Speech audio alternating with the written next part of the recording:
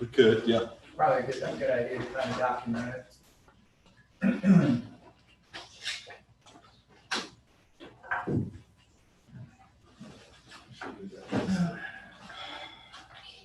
That's the appropriate outline, yes.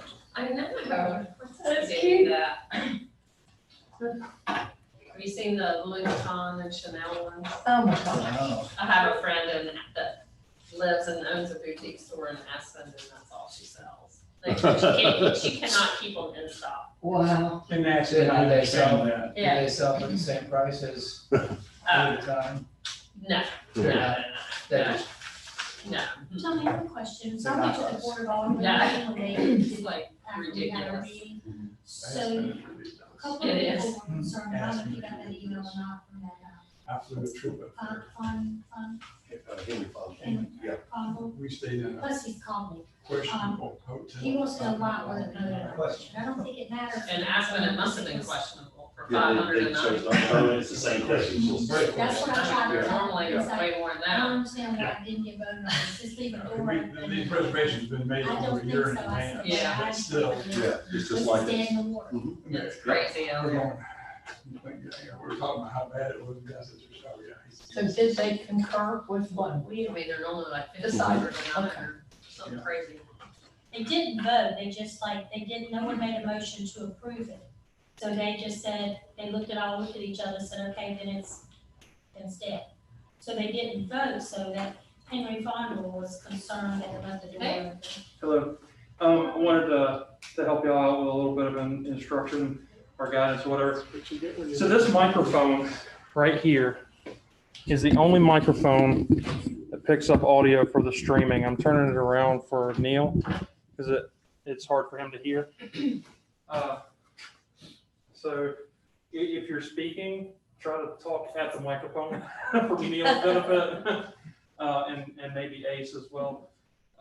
Also, because of the way the video works, if you're doing any votes, if you could do a roll call vote, that'll be much easier for the minutes. So, and if anyone's speaking, just make sure that they state their name and address before they speak. And then if anybody from the public is speaking, do we need to turn the microphone around or not? No, it'll catch them just fine. My issue has been trying to catch you all. Distance, okay. Yeah. So, Right. hopefully it's a little better. So Robert standing at the microphone was fantastic. I could hear him well. And as he walked back, there's a very hollow sound. Mhm. And everybody at the dais there, you have a very hollow sound, especially when you're talking, looking down the dais at each other. So as he says, if you speak to the mic, I might hear. So far, I've not really been able to discern very much. Could we set right over here? Yeah, we can try to do that. Let's see. Is that better? That's Karen? Yes. That's great. Okay, Robert, move the microphone closer to us, so. Can you hear me from here, Neil? Yes, Tony, I can hear you well. I can hear Jim and I could hear Karen. How about, can you hear me? Is that Cheryl? Yes. Yep. Yes. Yeah, you guys are the size of the head of a pin in the picture, so I can't tell who's talking unless I recognize your voice. And I appreciate the accommodation you're making. Well, it's for Ace's benefit too, I guess. We can't really, well, I don't see Ace on there yet. Is it loud to you? Or is it just? Looks like it's on the front. That's okay. But it is 5:30, so I'll go ahead and call the meeting to order. And I'd ask if everyone join me in the Pledge of Allegiance, if you would please stand.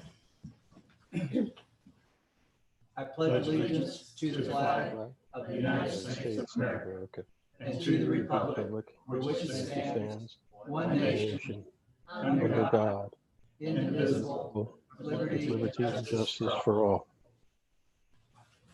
Thank you.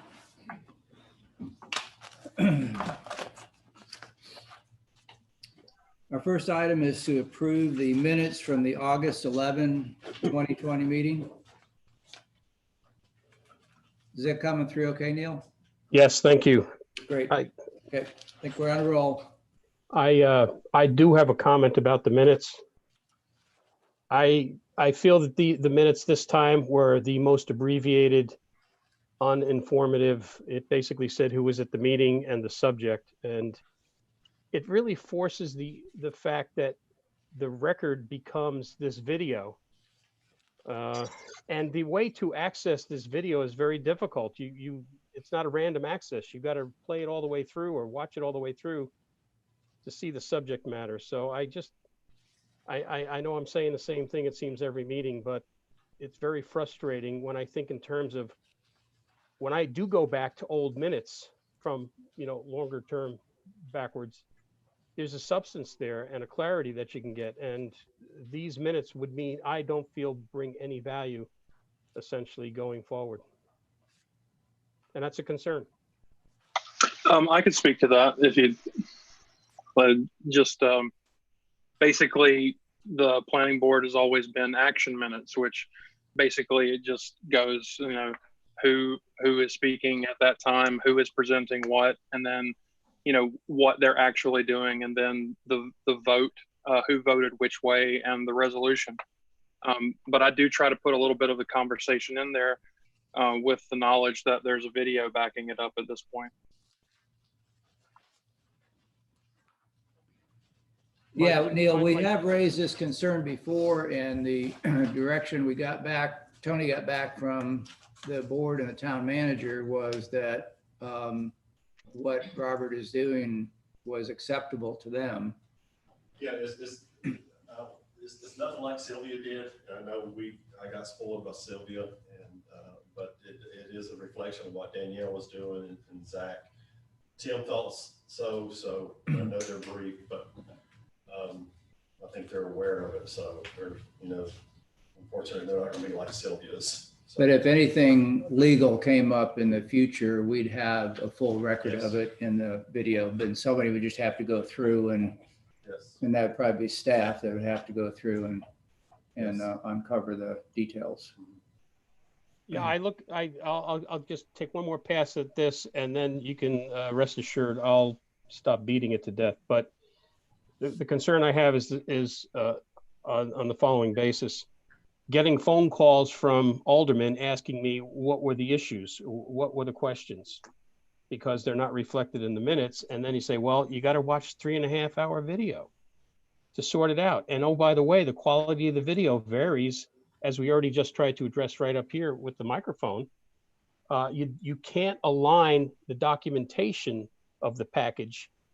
You can't see it as you go, or you can't flip through it. You can't random access parts of it. So I don't see this as a substitute. And in fact, when I've gone back over minutes in the past, the content was rich enough. So I just see this headed towards not a positive end result when we as board members need to rely upon things in the past to learn from, or to say, well, how did we simply deal with this in the past? When has it come up in the past? And I'll just shut up after that. Thank you. Well, I have to say I agree with you to some extent. We'd probably have to get some more direction from the board and the manager about do they want to pursue this. So while we make sure it goes on record, and Tony, if you would maybe commit to talk to Tim and maybe Daryl again about it. Is that, and please. Question. Yes, ma'am. Do the Board of Aldermen, like for example, when we just did the vote on the Augusta Street, before they go to their meetings, because they meet so shortly after us, do they go back and read our minutes? They don't. No, they're probably not done that quick. So Yeah. like, there's a meeting like next week. Yeah. Typically they don't. Most of the time, if I send something to the Board of Aldermen, I'll send the action. What was the agenda items? What was the vote, or what was the recommendation from the planning board? Is what I do. The reason I asked, one of the others, I agree with Neil for the most part, and the reason I asked this is because in that meeting, the last one, and was the one before that, that last meeting, somebody was specifically asked if something that they had said had come to us. They said no, they being whoever was up making the presentation, and it definitely did come to us. It was say, they said, well, did the was this brought before the planning board? And they said, oh, no.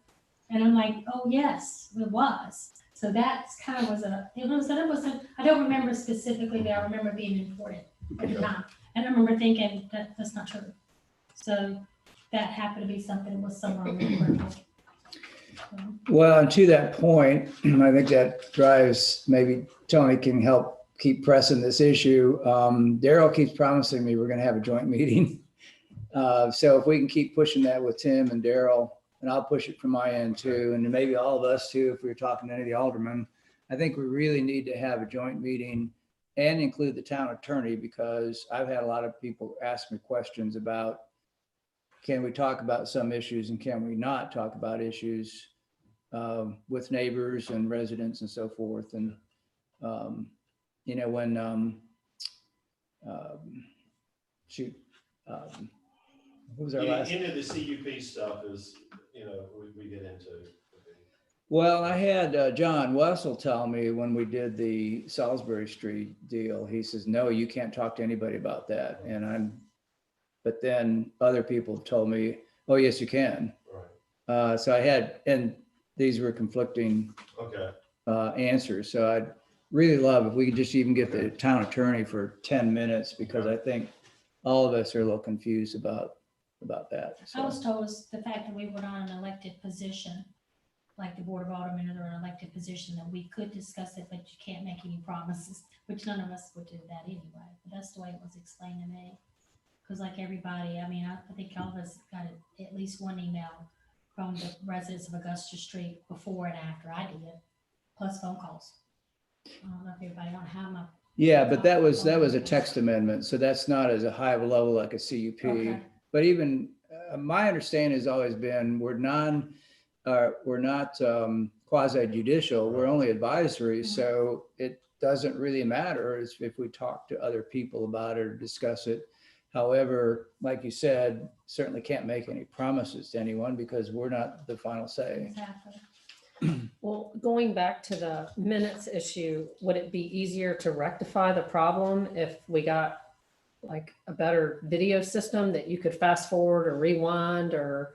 Very well good. That might easily, because I would go back and watch a lot, can, but you can't sit there for 3 hours. A lot of, I mean, right. You know, That's something and to check review on. a video. That's a great idea. Great idea. Very good idea. Well, it's also too, because if y'all remember the residents of Augusta Street were wanting to know two things. How could they be notified, or any resident for that matter, when something was getting ready to happen right under their noses? And they also talked about wanting to sit in on some Board of Alderman meetings, and since you can't, and the Board of Alderman meetings aren't video, or they're not, they are they? I think so. Okay, I didn't, because I couldn't Yeah. find it, that's why I came. Yeah. So it would probably behoove us all to have a really good video system. And Yeah, because more you people attended the need- last Board of Alderman meeting because you were sitting over there, right? And then when I came in, the room was full, You had to so go I back got in the there. penalty box. Mhm. But then they let us come in one by one, yeah. but you can hear everything in that room that Could you? goes on. But a lot of people don't when they want to sit at their house and do it. Like when I would listen to the meeting, the one before that, I was in the kitchen and I just had it on my speaker, hooked up to my speaker. And I was able to hear the whole meeting and not sit there and look at it. So I agree. And you didn't fall asleep? No. I found it very interesting, actually. I think it's one of my favorite ones. Well, good. So, They're entertaining. Okay, so do we have a motion to approve the minutes? I'll make the motion to approve the minutes as written. I'll second. All in favor, say aye. Aye. Aye. Aye. Do we need a roll call? Yeah, I was going to ask Robert, do you need a roll call on that one? No, as long as you just let me know who motioned and who seconded, and Okay, that's so I can Dave- put that. David motioned, Leanne seconded, Mhm. and it was unanimous. We heard Neil too, so it's unanimous. Perfect. Thank you. Ace is also in here now. Oh, okay. Hey, Ace. Hey, guys. How are you? Did you vote yes? Yes. All right, great. All right, so the next agenda item, agenda item A, review and discuss Parks and Rec message board, tennis court lights, use and sale of alcohol at events, old fire station conversion to an event venue. And do you want to address that, or do you want me to Yeah, address you that? can address it. So I got up with Daryl. Actually, we just finally got together yesterday because we've both been very busy. He said, while all these ideas are very good, the Board of Aldermen are, their preference is to table these items for right now. They are, just to enlighten everybody, they are looking at refurbishing the old fire station. They're going to be looking at, I guess, all of the buildings to figure out what to do with it, as well as the damaged old Parks and Recs office. And they will, they're going to pursue that, I think, as quickly as possible, according to Daryl. And then I did ask him, I said, well, what do you want us to do going forward with the review of the Parks and Recs program and the fees? And he felt that we had done our homework. We checked into Wilmington, Carolina Beach. I checked into Charlotte. We're pretty much on par with all other rec programs as far as fees go. We don't see any way where we can really increase money or decrease expenses.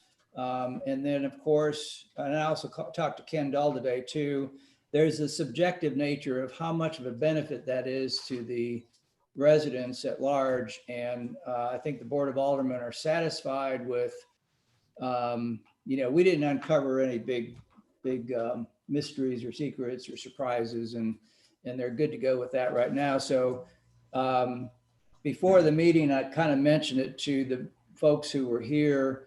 I think probably ought to write a letter to the Board of Aldermen, kind of summarizing what I just said. And maybe I can email everybody before the next meeting, and then you all can approve it before we send the letter out. Is that good for everybody? I just kind of like to document it so that aldermen, if they want us to do more, we'll do more. But according to Daryl, we're good to go. So if no one has any other comments on agenda item A, we're done with that one. So they are all for redoing the building or looking into redoing the old fire station? But not as an event Just to use. make it look nice. Yeah, I think they're going to Let's clean it up. clean it up. They do recognize it as an eyesore. And they feel that there is, Ken's a contractor. Yeah. So he and Daryl went over there, and then the other Board of Aldermen members are going to go over there. They can't go all at once because then it's considered a meeting. Yeah. Review it, and then they're going to start making some plans to, what Daryl indicated is probably moving Lanier's offices into there, and then Lanier's offices would move out of here and make room for other staff and so forth. So they're going to look at all the buildings. Yeah. Because they don't want to have to put up with Tony's review of the 50% rule. So, okay, so if everyone's okay, we can move on to item B. Review and discuss a text amendment for the front yard setback requirements. And Robert indicated that there is a typo in this. It should not read on oceanfront lots. Those three words should be deleted. Agenda item B. It was on the agenda item, on the agenda page, not in the. Yeah, on the Consent. actual agenda, yeah. So I'll let Okay. Tony do his presentation. Is that the only place that appears? I think so, Neil. We'll make that clear. Got it. Thank you. Chairman Smith and members of the planning board. If you remember, we looked at a very similar text amendment at our last meeting. The difference is this ordinance here will not apply to oceanfront lots. It only applies to the lots from Stone Street to Mountain Street, but not oceanfront lots. So just wanted to make that clear to everyone here. But this planning board looked at a very similar text amendment at our last meeting. we had two text amendments. One was for oceanfront lots, one was for a standardization, but it still applied to oceanfront lots. This one's just going to apply for the second row to the North Lumina lots there. So at that meeting, both those text amendments, if you remember, we did have a lot of opposition from the neighborhood. Augusta Street property owners were here. They were very concerned about those two text amendments, and they voiced their concern. At that planning board meeting, this planning board turned down or didn't forward a favorable recommendation to the Board of Aldermen for approval. And just to catch everybody up, at that Board of Aldermen meeting discussion on August the 13th, they listened to those text amendments. The residents were there at that meeting. They heard their concerns, and the first one they did vote against the first one for the oceanfront lots. The next agenda item was the standardization from Stone Street to Mallard, but it included the oceanfront lot. So in that meeting, after hearing from the public, after hearing from the board members and others, it was decided they didn't take a vote on it at that meeting. They discussed it a little bit. They were getting ready to vote, but they didn't. They wanted to take it back to the planning board for some more discussion. In the meantime, staff did tweak the ordinance somewhat. Basically, the biggest thing, it does not apply to the oceanfront lots there. So that was the direction that we got. And if you look at the text amendment itself, it is for R1 and R2 lots from Stone Street to Mallard Street. So everything is still the same, and take with 100 feet of each direction there would be the standardization for the front yard setbacks.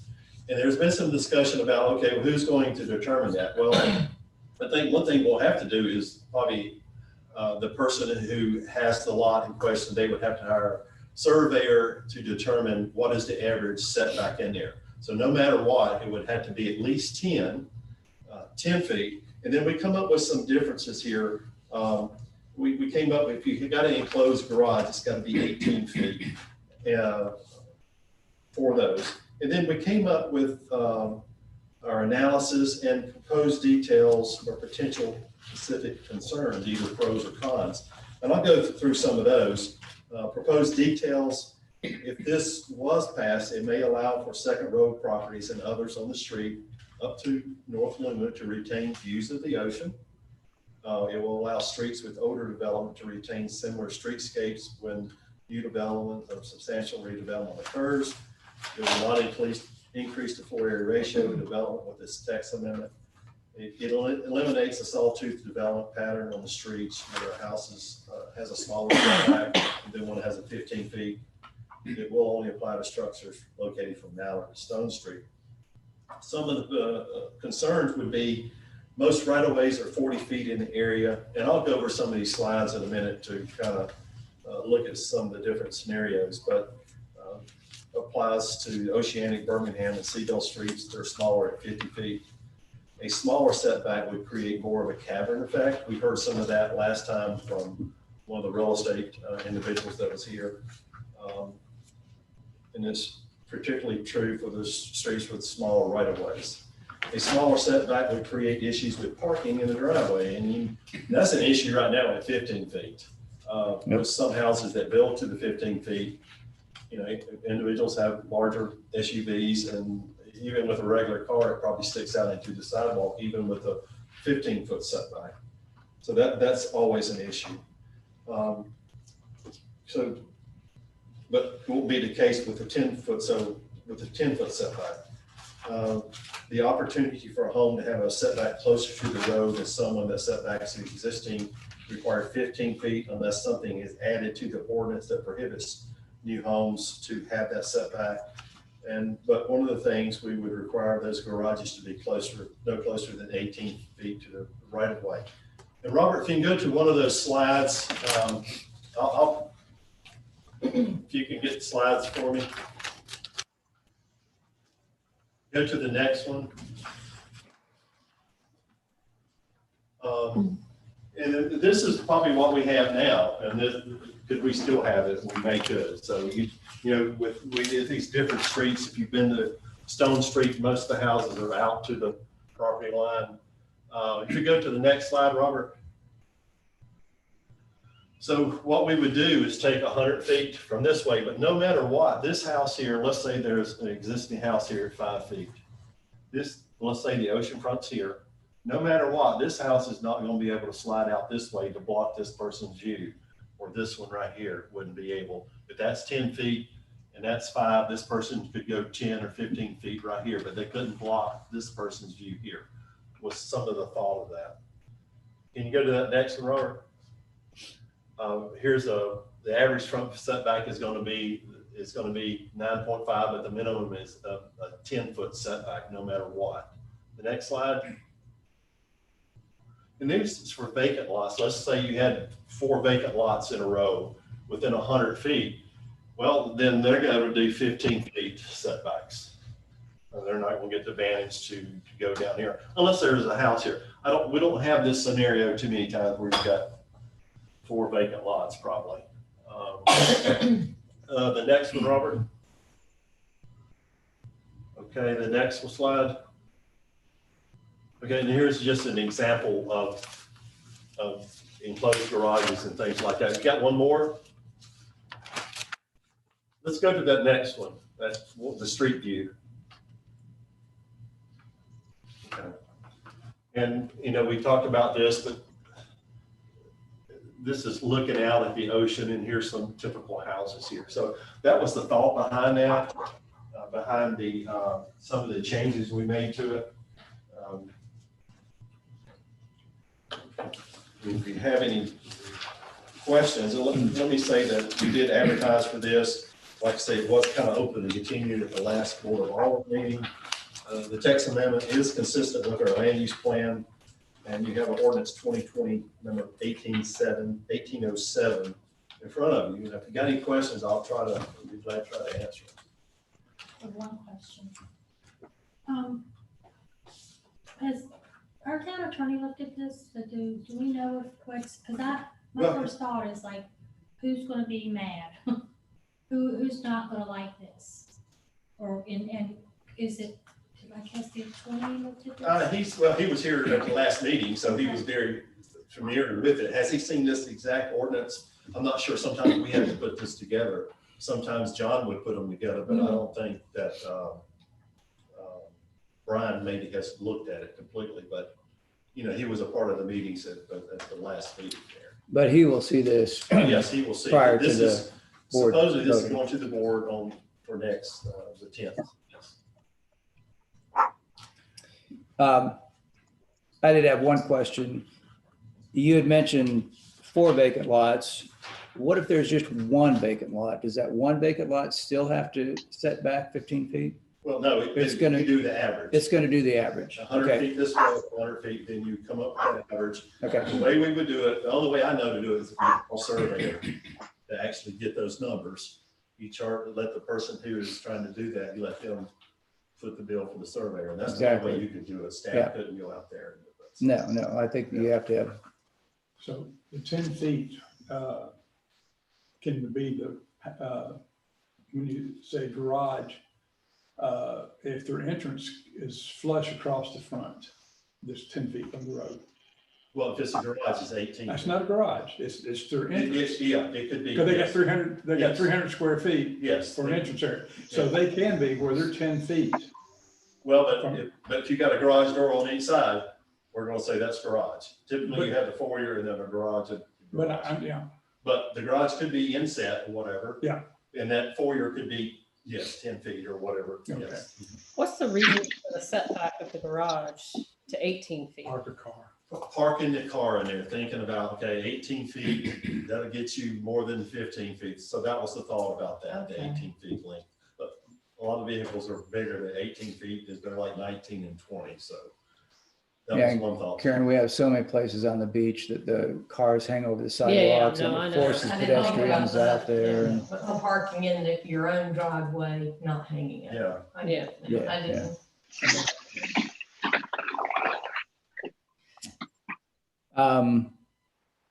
Does anybody else have any questions for Tony at this point? I have a question related to is that only garages that are enclosed with the doors. Enclosed garages. Otherwise, you can have a drive up under. Yes. Okay, Yes, at 10 feet. yes, Okay. yes. Okay. Nick, Yeah, I have a question or a couple of questions if I could. Jim? Oh, yeah. I'm sorry. I thought you were just gonna go. Go. Okay. I guess I come back to this geography, which is Mallard to Stone. Why that district? I have a whole bunch of questions, but I'd like to understand why we're focused on that district versus also the west side of Lumina versus other areas. I think, Neil, that was the first area in the very beginning when we started the discussion about the front yard setbacks. We looked at those areas, so we kind of stayed in that area. Some of the homes there, I believe, I don't know if it's 100% true, but some of those homes are older there, especially Stone Street where they come out to the street. So I think that's why we looked at that area only and didn't go on the other side of North Lumina. Are there any perpendicular streets to the ocean other than that area?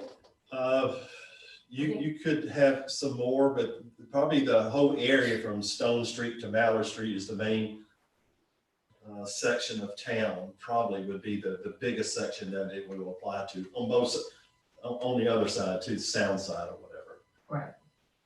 The individuals could question the line of sight to the sound or whatever, if you're on that side.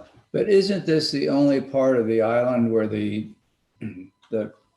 next road out got wiped out during Hazel and created all these problems to begin with? Well, that would be the street. That's the only part of the island where the street's gone, right? It Right. wasn't. I don't follow that your comment, Jim, that pre-existing road caused something that's relevant to this. It didn't cause these houses to be where how they're located on the street, right?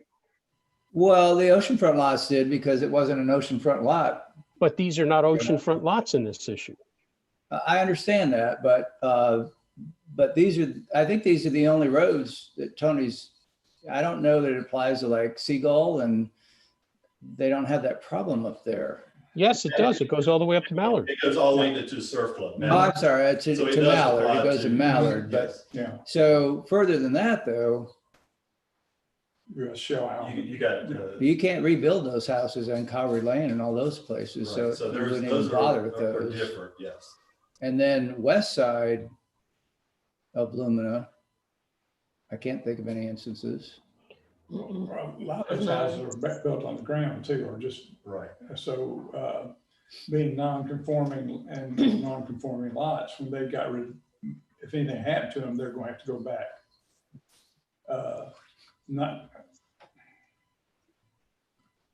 They would be able to average going back, or would they have to go back at 15 feet? 15 feet.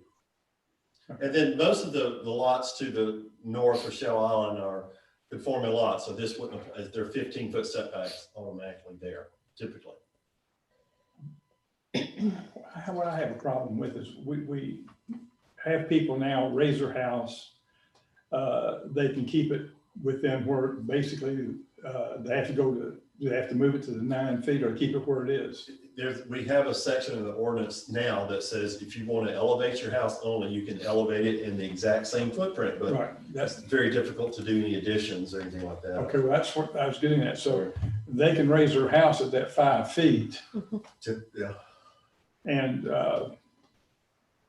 then we have people build their new houses and they're all back at 15 feet, or they are the average. They're at 15 feet. New houses are at 15 feet. Now, unless this ordinance gets changed, I mean. Right. Yeah. But I mean, with this ordinance change, then they would be able to set their average. So they're going to average a 5-foot house and a 5-foot house, so they're 10 feet. So the 10, right. Right. Minimum of 10. Minimum of 10. So if a new house is built on the old house gets torn down, new house gets built, he gets to average the 10. And if there was a 15, he's going to be 12.5 feet. Whatever that number is, yes. Okay. But I don't have It any- sounds complicated to me. I don't have an exact answer, Neil, on why we chose. The only thing is I know in the very beginning, that's what we hit on, so we just stayed in that area only, so. Tony, I'm looking for some sense of commonality across that geography. And you started to touch upon it with, well, maybe it's age. Jim started saying that, well, maybe it has some relationship to that boulevard that used to exist. I'm thinking in terms of from an overlay district kind of an approach. Can we somehow categorize that space? Maybe it isn't that full range. Maybe it's something different. And can we look at this from an overlay point of view to say, here's why we're doing this. This constitutes something definable on these elements. And for it to develop going forward, these types of adjustments will enable it in a more systematic, stepwise way over the next 30 years. Neil, let me jump in and see if Yeah. I might can shed some light. Effectively, this is coming on the heels of the most recent decision regarding the 15-foot versus the 7.5-foot setbacks on oceanfront lots with regards to their ingress and egress from the street. This particular district, it has been determined that it is really the only area where many oceanfront houses have 7.5-foot setbacks from their street where they gain access from. That's pretty much the zone we've been studying on the previous agenda items. So the interpretation from the town of Wrightsville Beach up to 2006 was that if you had an oceanfront lot, what's the definition there, where you have a landlocked lot behind you and you have the alley easement? You know, we were building these structures 7.5 feet from the street, whereas every other house on the street's 15 feet back. So that's really, I think, why we're looking at this area. I mean, that in combination maybe with the 1939 property line zone, but that's my 2 cents on why this is the study area. I don't know if that's the case, but I think that's why we're looking at it like this. Yeah, I think you touched on it a little bit there. So Ace, but I think that's probably true there a little bit there, Neil. So yes. Well, if we take oceanfront properties out of this discussion. Yeah, we're supposed to, yes. Okay. And the reason being, we don't want this wall of houses at the ocean front that just, you know, creates this funnel space for people to get onto the beach from. So if we just look at each of these streets, you could characterize them on a number of, or you could assess them on a number of elements. One is, what is the width of the street? What is that right of way? What are the ages of the houses, and to what extent, you know, what are their current setbacks? And we might find from looking at that assessment across that space that some streets are the most in need of some sort of help here for their future, and others not so much, and they really shouldn't be part of this pack. I think it's Shearwater. There's at least this one tiny little house on the left-hand side as you turn into the street, and it's just among, you know, it got built next to this, or it was built next to it was a huge house, relatively speaking. Yeah, I understand what we want to try to accomplish, and over I suppose a 30 or even more year period. I mean, some of these houses have been around for 80 years. So the time scale is big, but where am I going with this? I just see some criteria that we might want to look at. Yeah. To say, here's the full reason we're doing this, and this is what qualifies this space, because there may be other overlay districts that require our attention as a future step, something on the west side of Lumina. Yeah, I don't disagree with you, Neil. I mean, what you're saying, you make a lot of good points there. But what we have in front of us is this ordinance right here. So I think to consider, you make a lot of good points and a lot of good reasoning here, Neil, but what we have is this right here, and for the board to consider tonight. he brings up a lot of good points, so. Yeah, I agree with Tony. You bring up a lot of good points, but I think right now we're addressing this area. And I would say if we went to the west side of Lumina, there's going to be a lot of differences in trying to do an overlay district over there than this one. I mean, this is an area that has a lot of similarities to it and can apply to these streets from Stone to Mallard. And beyond that, if the board wants to look at other areas for other problems, then it would be a separate text amendment. I'm not advocating that we should jump across the boulevard there and look at the west side of Lumina. What I'm suggesting is that we try to nail down a reason that this space has the integrity of what I'll call an overlay district. Maybe I'm not using the terminology correctly, but to the best of my knowledge, an overlay district is an approach that can be taken here to say, we are singling out this space and we're going to start to define some things about it. Maybe not just this issue. Another related element to that is, how do we deal with the corner lots? Forget about the oceanfront lots because they're excluded. But when we get to the corner lots, what's the guidance there on what's the front of the house? We have a definition of that as far as let's say the corner of Augusta and North Lumina. We have a couple of definitions, I think, which works fine for a non-conforming lot. It would be on Augusta Street. Some of them are facing Augusta Street. Facing North Lumina as the front. The side would be Augusta Street at 7.5 feet. But we do have an ordinance for the corner lots for those. I think this worked pretty good so far. So when those houses get rebuilt, it's clear how they have to be set up. And how does that impact this streetscape on the side street? Well, they're on the very end, so they're kind of the last ones there.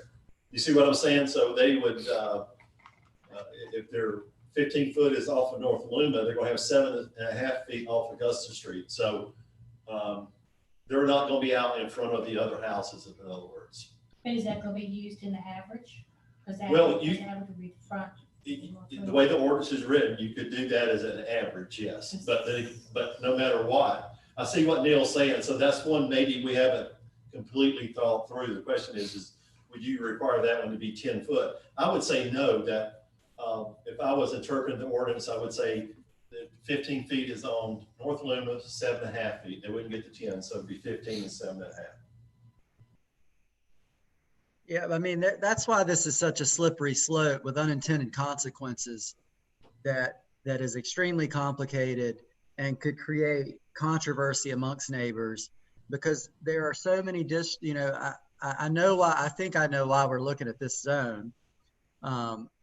Taking that aside, when you what Neil brought up in regards to the sound side is the area between, I don't know, Raleigh and Fayetteville Street, where there are no western streets. There is no West Raleigh. I don't even think there's a West Charlotte. So those properties are there's no West Raleigh. So let's just use that as an example. Right. So that property has one house on the Sound across Lumina from it. Well, what about the second row from the Sound on Raleigh? I think it's an admirable approach. It's probably coming off the heels of all those people, the vocal minority on Augusta Street that came in and banged the drum, wants, second, third, fourth, fifth row lots want views. But, to me, this is going to create, more harm than good. And 50 to 100 years from now, a planning community, you would want all the properties to conform. If 15 feet is the front setback, then 15 feet's the front setback. So that you see where I'm going with this, but you continue on. I just think that Neil does bring up a good point in regards to the Western views and the controversy this is going to create, in my opinion.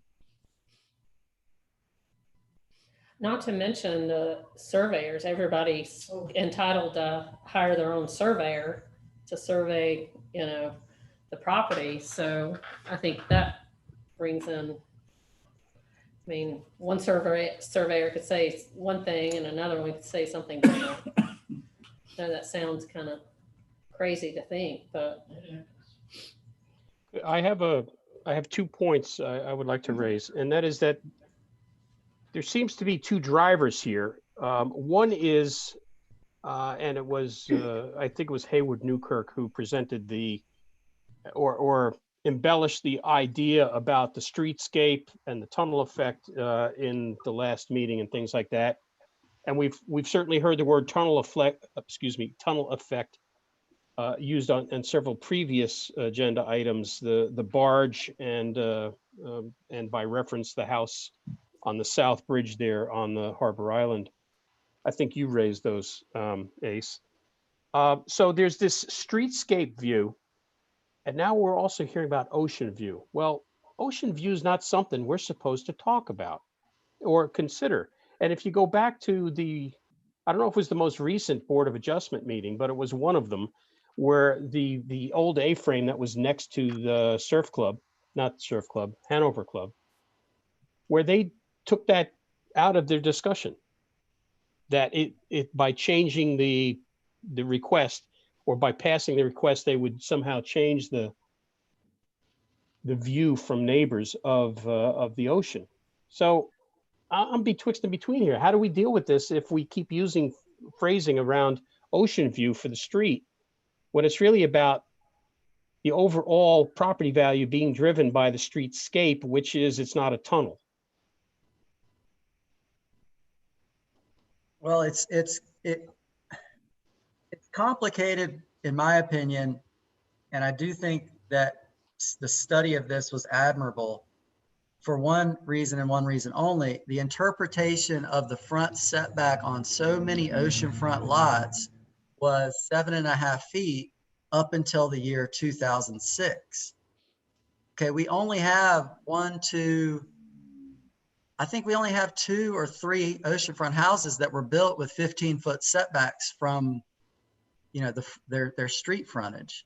Up until that point, it was 7.5 feet. And so now maybe, you know, we're trying to give some relief to second, third, fourth row properties because of the interpretation of the town. But I just, you know, it's putting a planning. I mean, hey, listen, this would benefit me on Oceanic Street.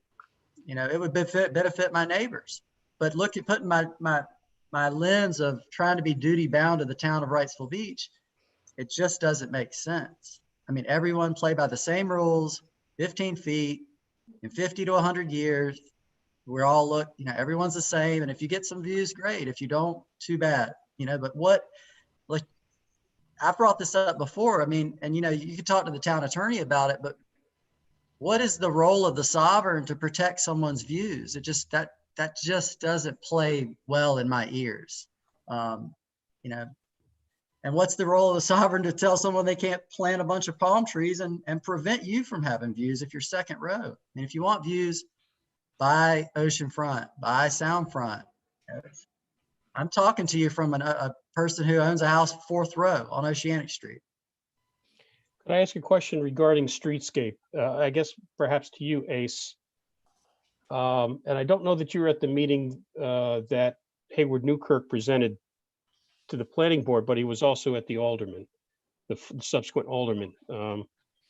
But I mean, I agree with what you're saying. You're not guaranteed a view unless you bought that view and you have, you know, everything saying there's nothing going to be in front of you. Without that, you do have palm trees and you do have, you know, whatever the current, you know, ordinances allow to be built. But here we are trying to say something about property values have a relevance to the streetscape. And that has to do with something about setbacks and heights and flat walls and not blocking your view to anything except up and down a street. I mean, if we all lived in a commercial district, we'd all be butted right up to the sidewalk and you'd have to go out on the sidewalk to see anything. Where am I going? I'm trying to understand how we deal with something that may have relevance to property values, because I think that is a responsibility we have. Well, Certainly not to hurt you know, property values. well, if you put that lens on, the vote to force those oceanfront corner lots to have a 15-foot setback, you took a 50-foot lot and removed 15 feet from it. And those are now, their buildable footprint is significantly smaller than, any other lot on the island. They're second row compadres, they're third row neighbors. So, I just still, I'm only one person, but the goal of protecting views, it's a very slippery slope. And, yes, the Western streets, the second row owners, where does this go from here? I think it's admirable, but I don't think you're going to fix the sawtooth scenario. And let's just say this. So this zone from Stone Street to Mallard Street, where it's littered and it's got a significant amount of oceanfront houses with 7.5-foot front setbacks.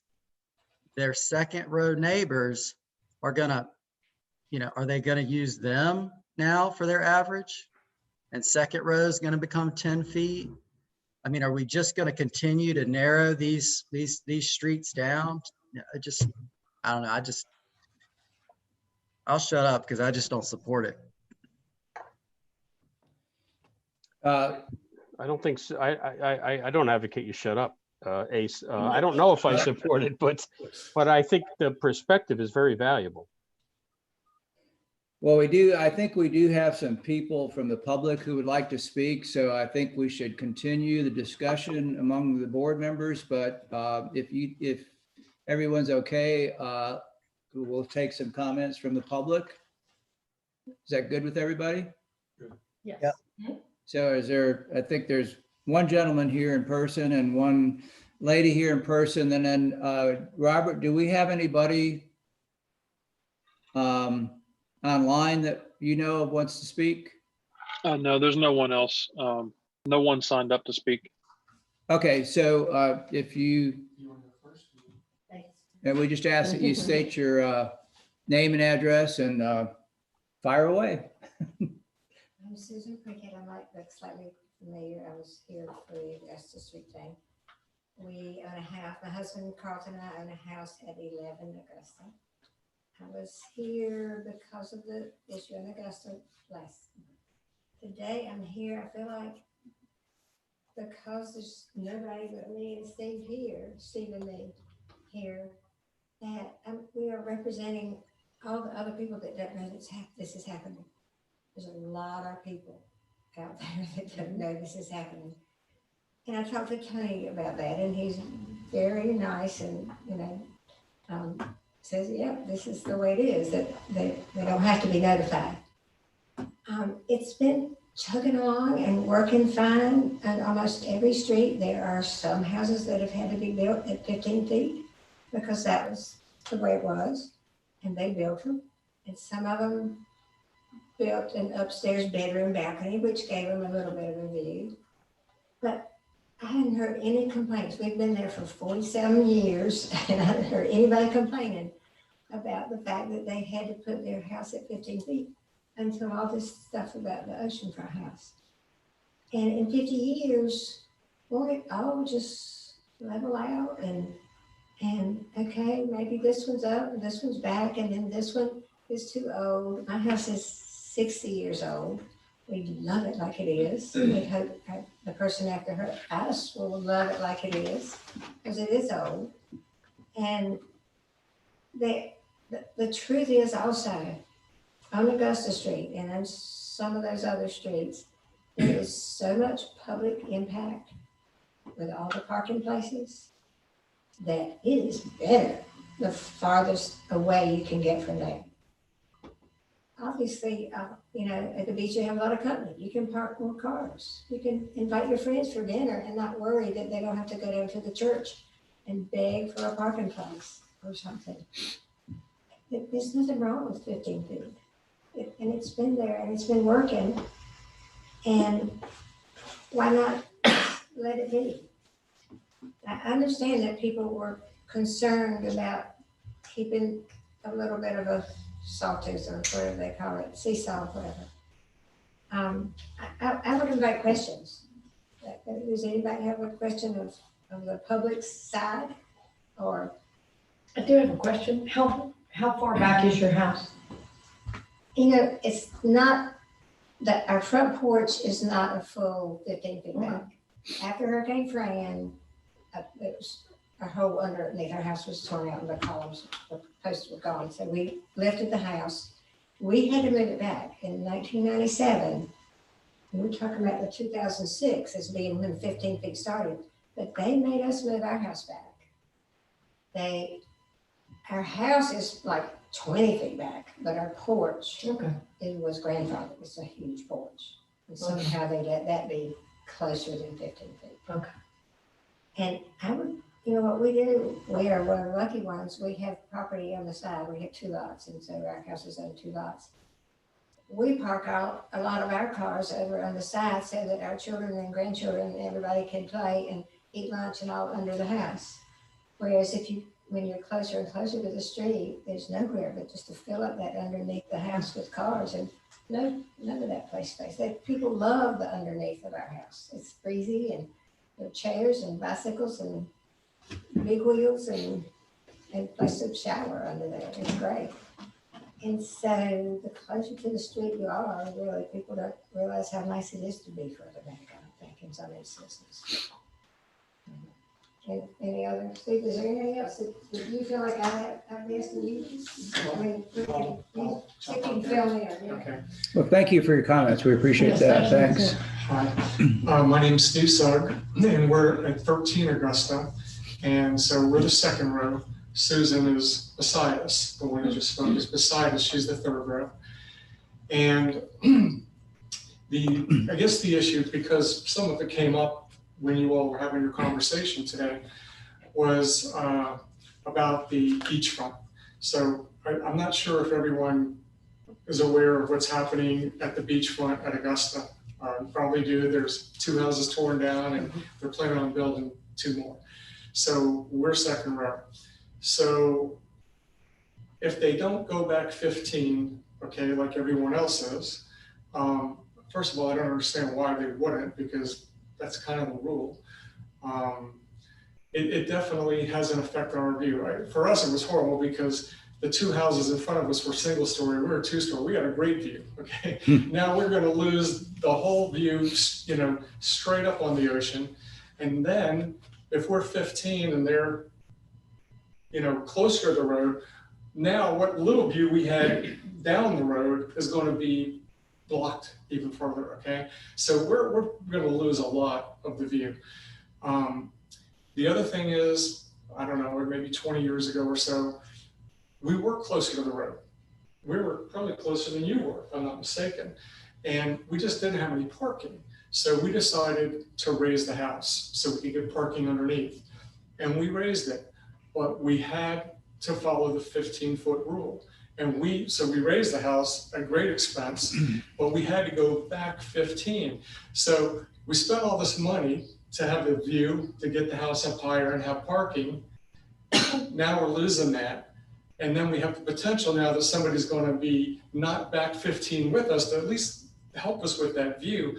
It does impact property value, I believe. And I also believe it hurts the rental, you know, so it can impact people. I think everyone knows Augusta's a pretty vocal street with regard to this subject, because if they don't go back 15 on that one side, it's going to impact everyone. Everybody's going to have a reduced view of the ocean. And why does everybody want to have a beach house? Because they want to see the ocean, okay? So I would just like you to consider the fact that when we raised our house, we abided by the rules. We went back 15. We just wish everybody would keep it the same. Most of the houses, if not all of them, I'm not sure, I don't know what everybody is, but the majority of us are there. And so to me, it's a rule. I don't see it, I would protest if it weren't the same for them. The people that bought those lots, they knew what the rules were when they bought them, okay?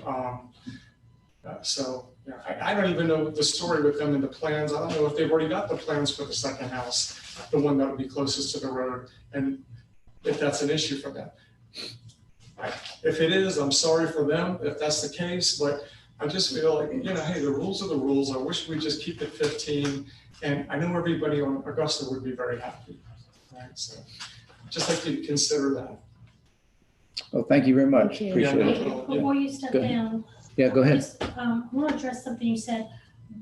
I know what you're talking about. You don't have the Conley brothers that were here, but the oceanfront is not It's 15 included feet. in this. They have to be 15, Yeah. just so you can be rest assured about that. They have to be. They're not included on this text amendment Oh, is that that we're right? talking Yeah, it's about just- tonight. It's just Yeah. 15 lots. Yeah, so that house, So I'm arguing something that doesn't need to be. yeah, that Well, house thank is you. not. I enjoyed my time. But Yeah, it to- does apply for I the can second, honestly like if say- a lot was in between you and there. and But it's Ocean, not, it I would- know what you're having on your house, so what's his name invited me Okay. up there. Well, if I know that's the what you're case, saying. let me talk But to you it's not about how included. high I wanted to build a house now, okay? No, I'm just kidding. Does that make Excuse me, sir. Yes. Sir, Sir. Ace would like to ask you a question, please. Could you step back up, please? Ace would like to ask you a question. He's on video there. Hello. Now that you- Up there. If you understand now, we're not talking about the oceanfront lots. We're talking about your lot, your neighbor to the west, third, fourth, fifth, sixth row lots on Augusta Street to allow certain lots to reduce from 15 to a minimum of 10. Right. Do you have any opinion on that, given what you just said with regards to everyone playing by the rules? I mean, we're talking about the lots that are.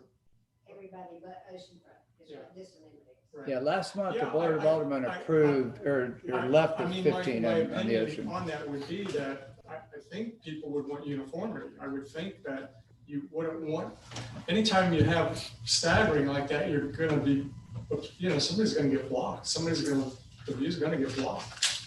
So that's my take on it. I mean, I don't think anybody wants to be behind another house that's closer to the road and they can't get a view. Thank you, sir. Yep, thank you guys, appreciate it. So if we don't have any other folks from the public, we'll close the public portion of the meeting and we can further our discussion with the board. Yeah, there's no one else here.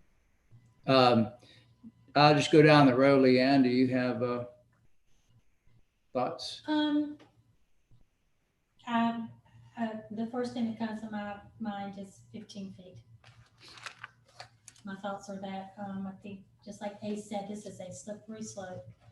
And I think it's just gonna open up the door to so many other things. And again, I'd be concerned about, if our town attorney, again, I don't know why that's bothering me for some reason, has looked at this, the new oceanfront out, the whole thing. Am I supposed to say what my gut feeling is now or not? Sure. Again, my gut feeling is that this is gonna be, I think it's, asking for a lot of trouble, a mess. And I'm probably not going to support it. Karen? Yeah, I feel the same way. I've kind of, and Leanne and I have talked about this before, and we have differing opinions on the right to a view. And I'll hone in on what Ace said. If you want oceanfront, buy oceanfront. But in regards to that, I also think if you allow people to, do this, jagged line of view, but if you keep everybody at 15, then everybody knows that 15's the rule and you have to abide by the 15-foot setback, just like they did. And it is what it is. And I think once you start opening a can of worms, there's going to be multiple requests for different text amendments on this. And, I think people interpret it differently, could interpret it differently, including surveyors. And I think 15 feet is 15 feet, and it's worked for however many years it's worked for, and hasn't caused any problems. And I think that's what we should keep it Cheryl? I'm with Blaze. And with Karen, I do not think we can guarantee view. I think that's very difficult to do. However, saying that, if the people have been building since 2007, they're set back 15 feet, what's gonna happen when someone between them and the ocean comes in and now they get 10 feet and they all of a sudden block their view when they did what they were supposed to do 5 years ago and built a house back at 15. I think if we start making exceptions, it is gonna be a nightmare to try to overcome. I think we just need to stick at 15 feet. David? I like the word slippery slope. I think that it does in a nutshell. I think it would open up too many other people. The west side start asking about it.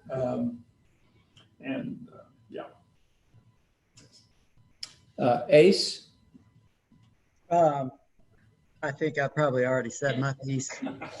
I like your words. You know, something Tony told me, I don't know, 8 years ago, and, you know, it's always stuck with me is, you know, what is the goal of planning? And it's to look out 100 years in time. And, you know, you do want your neighborhoods and your town to have come into some level of conformity that you set in motion 100 years, you know, beforehand. And I think if we keep moving the goal line, you know, then that will never come to fruition. So, you know, I'm just not in favor of this type of change with setbacks. Neil? Yeah, I think a lot of wisdom just got thrown around this table here, which I appreciate getting. I think fairness is a very important thing for us to consider because people have had to abide by that change. I guess it was 2006. It made sense. I assume a number of our other ordinances or amendments or whatever they are have kind of funneled towards this 15-foot setback and, you know, driveways and parking. And I think when we throw an element of variability like a normalization plan, I think it's an interesting idea, but I don't think it fits what we have to try to accomplish. It's unfortunate that we want to standardize because we seem to now be standardizing with these big boxy things with flat roofs, but I think there's a lot of stuff for us to dive into on that as well later on. But I just think fairness is a key driver. And I don't see how we can guarantee view, plain and simple. I wish, I've been struggling to figure out what would be the basis to make any kind of a specific and specialized change. And I'm not finding it. I'm just not finding it. And when people who have had their houses, 80-year-old houses, or you know, I don't want to be so prejudicial that, you know, Augusta, you know, threw the argument in the direction I'm going. But they make compelling arguments and they're willing to live with, hey, the rules are the rules and we want to live by the rules. And to some extent, several of us have had to already. I think it's fair, and fairness is important here. So I don't see support for this. Can I ask a question for something Neil just said? Yeah, but I still get to give my opinion. okay. When you're done, when you're done. Well, he said something, what caused all this to start? What made this text amendment? Like what brought this forward? Yes, what Well, happened? I think a lot of things. I think over the years, staff and the Board of Aldermen have always heard, how do we make sure that individuals can put the house back, you know, with different setbacks. But the text amendment triggered that again. The Conley's text amendment started triggering. Okay. Then we formed that committee that we had some discussion. Then we started looking at, okay, well, if we don't apply it to the oceanfront, is it a good idea to look at those houses from Stone to Mallard? So that's what triggered some of this stuff. I'm sorry, I didn't mean to. Yeah. No, you're fine, you're fine. Thing. I just wanted to You just reserve said my, something and it just reserve my struck- spot. I can't really say anything more. I mean, you all voiced all my concerns and opinions. And the only other item that I might ask Tony this question is, if we allow this to go forward, doesn't that mean that some of these houses can get even bigger? The FOIA ratio stays the same. The houses are not going to get any bigger. They're going to be the same size no matter what. But the setbacks, It could change the width of a house or something like that, but the FOIA Right. ratio, they're still gonna be the same size. Right, No right. matter what you do. The width of it Um, can change. Or the length. Right, well. It's probably gonna give them a little bit more space to build, but where they might not be able to squeeze that much square footage in, but anyway, with the decks and everything. Because that's what everybody's trying to do is build bigger decks so they can stretch their neck out and see the ocean. But no, I agree with the comments that everybody else made, and I just didn't quite understand, when you buy a piece of property and it says it's 15-foot setback, and then the neighbors have to set back 15 feet, and you know that they have to, and then you come along and change it, like somebody said, it doesn't seem fair. And I don't believe in the state of North Carolina, views are guaranteed. I would be very surprised if they were, because I can plant a tree and block my neighbor's view, and they can't stop me from planting a tree. I guess can't stop me from building a house if I meet the code. So, all that being said, I guess we need if no one has any other comments, I think we need a motion to. I'll make a motion. Oh, go ahead. I do have a comment, just an additional point, because I'm kind of saying to myself, so what do the Board of Aldermen want from us? As far as any kind of, thought that's gone around the table. And it's because I know there is some sentiment that there needs to be some infusion of a fix here for some of these properties. But I really don't know what's driving it. I mean, that question was asked, and I don't know why some members of the board might want to be trying to fix something that we haven't figured out how to fix. I lost my train of thought here a little bit, and I hate to be jabbering away, but I think they want some guidance, this is for you to consider. I don't think we should vote on this and just say, not this. Or maybe that's all it is. We just don't vote. We say no to this, and you push it back for some other kind of thought. We've touched upon a whole bunch of issues. Neil, I would add, and I understand where you're going with that, because this was brought to the planning board from the Board of Aldermen. But in my opinion, I think it was fixed on the last vote. Oceanfront properties are 15 feet from the street. Second, third, fourth, fifth, sixth, all 15 from the street now. That change happened in 2006. It was upheld in 2020. To me, that's the fix. No longer are certain oceanfront properties going to be 7.5 feet from the street. 7.5, for example, from Augusta, where the second row neighbor's 15. I mean, I feel like it's moot now. I'm not sure. I see. That's my opinion.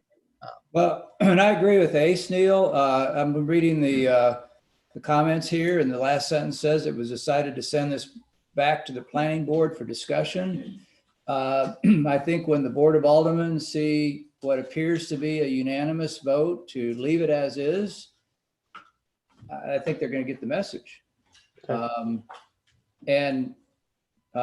But we do have to vote. Okay. So they do get the message. I do feel like Yeah. we're trying to, I think it was brought back to us because they removed the oceanfront. Exactly. There And was they a wanted us- misunderstanding yeah. last month. We all thought that, Yeah. because Cheryl made the comment, looks like we're just undoing what we just did. Yeah, exactly. And so there is clarification now that it does not include the oceanfront lots, a done deal. It's 15 feet. But I do feel like we're trying to fix something that's not broken, just Exactly. And see, that as was you what I spoke was- to, it's worked Yeah. the way That's it what I was is. asking. That's what I was Yeah. asking. What did one house, one person, one builder, one landowner say, hey, I want this? So can we look into changing it? Was there one, that's what I guess what I was trying to ask you. No, I think over the years, we have always looked at the non-conforming structures as Okay. far as setbacks. Because you have a lot of big houses that are right on the setback, and that's always the case. Well, can I build back? Well, you probably, some of these houses may have to take a variance or something like that. So Does this go back to the ad hoc meeting? Were you in that ad hoc meeting? When It wasn't on a recommendation, we Right. just briefly It was, touched on we it. briefly touched on it and we talked about, maybe changing the zoning there. And is this what this all comes down to? Was that ad hoc meeting when the non-conforming, we were all like, gosh, how are we gonna deal with all these old is this it now? Yeah. Okay. That's just a small part of it. Okay, I know, but I know where it's going. I get it. Jim, I have one more clarifying question. Okay, Based on what Ace was just explaining, that basically you get I don't know, 100 years out, we got a 15-foot corridor or setback. But when I make my right turn or my left turn from Lumina onto one of the east streets, based on what I think Tony said earlier, I'm going to go through a 7.5-foot setback pinch point, and then it opens up to 15 feet. Because corner lots on Lumina, frontage will be on Lumina. You can choose your front. Is that correct, Tony? Yeah, there's a couple ways to do it. I mean, you can, let's say a corner lot can have the front setback will be off of North Lumina, but there's a chance that we would allow the garages at 7.5 feet to be off a side street where it's a little bit safer. Put the garages on a side street than North Lumina, and it does preserve parking spaces too. So we've done that in the past, and that will still be the interpretation on front. So what would the setback on the garage is on the side be? 7.5, just like it is now. I mean, you got houses throughout are 7.5 feet. Okay.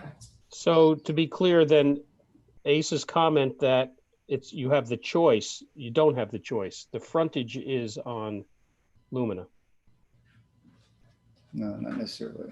I wouldn't say all the time, Neil. There could be some cases where if the numbers weren't right, there would be a case where you could do that. But typically in zoning, you try to keep everybody lined up at either 7.5 feet or 15 feet. You hate to make that change. I'm not saying it's never been done, but you typically try to be consistent with either 15 or 7.5 feet.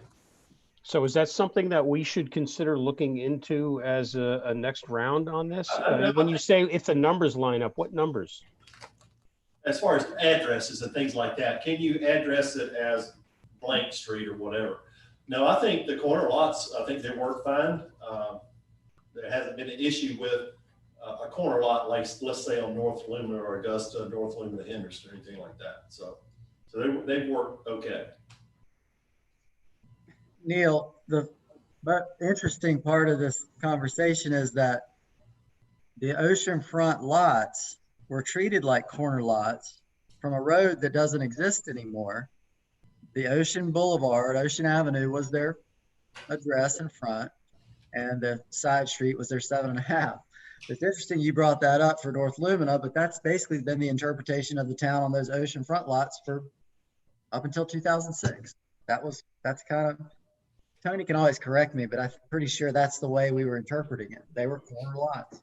Well, I'm just looking for, if we go forward with this, is there some dangling participle hanging out there that's a bit of an eyesore that we're gonna have to clean up?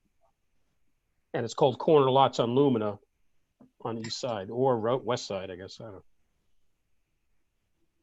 And it sounds like that maybe is the case, but not certain. I think Tony's indicating that it hasn't been a problem. No, we cleaned up the corner lot on those about 15 years ago. Those have not been a problem. Okay, then I'll go with that. I was driven by Ace's comment that you can kind of just, you can choose that. And Tony's saying, well, no, not really. So I'm good to go. Thank you. Unless Ace, you want to weigh in again. Yeah, Tony knows a whole hell of a lot more than I ever will. Unfortunately, Tony sometimes doesn't want that knowledge. So if there's no further discussion, does anyone want to make a motion? I'll make a motion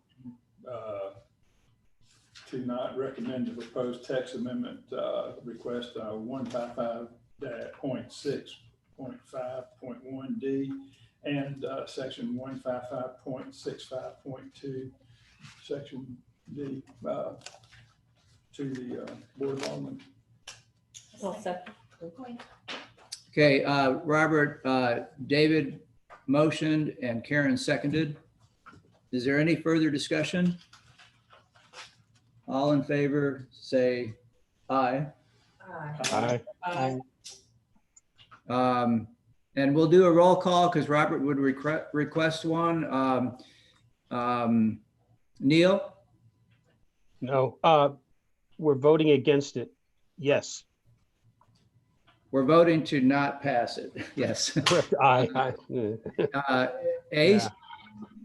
Thomas Cofer votes aye. Leanne? Leanne Jordan votes. Wait a minute, he said aye. Aye, yeah. Karen King, aye. Cheryl? Kabala, aye. David Culp, aye. Jim Smith, aye. So that's unanimous. And I would encourage you to discuss with your neighbors to see if they can come to the Alderman meeting. Since you had indicated that, I know there's a problem, Tony can't fix it yet, but I know that notices don't go out to neighbors on variances or on text amendments, which is unfortunate, but that's the way it is. But if you could kind of pass the word, I think it would be important so that they can hear the public voice. Thank you for coming. Appreciate it. Thanks. And that Board of Aldermen's not this Thursday, it's next Thursday. On the 10th, yes. Okay. Next Thursday. Thank you, guys. Thanks. Thank you. Thank you all for your hard work. It's a very wise group I'm looking at. Where? Always. Okay, our next item is agenda item C. And I will let Tony do his presentation. Chairman Smith and planning board members, this is another text amendment. This is consideration of a zoning text amendment to 155.9.1.6. We're going to be adding a new section E, I think, and a new definition of a parking lot off-site. This zoning text amendment is only going to apply to the C5 commercial district, which is across the bridge.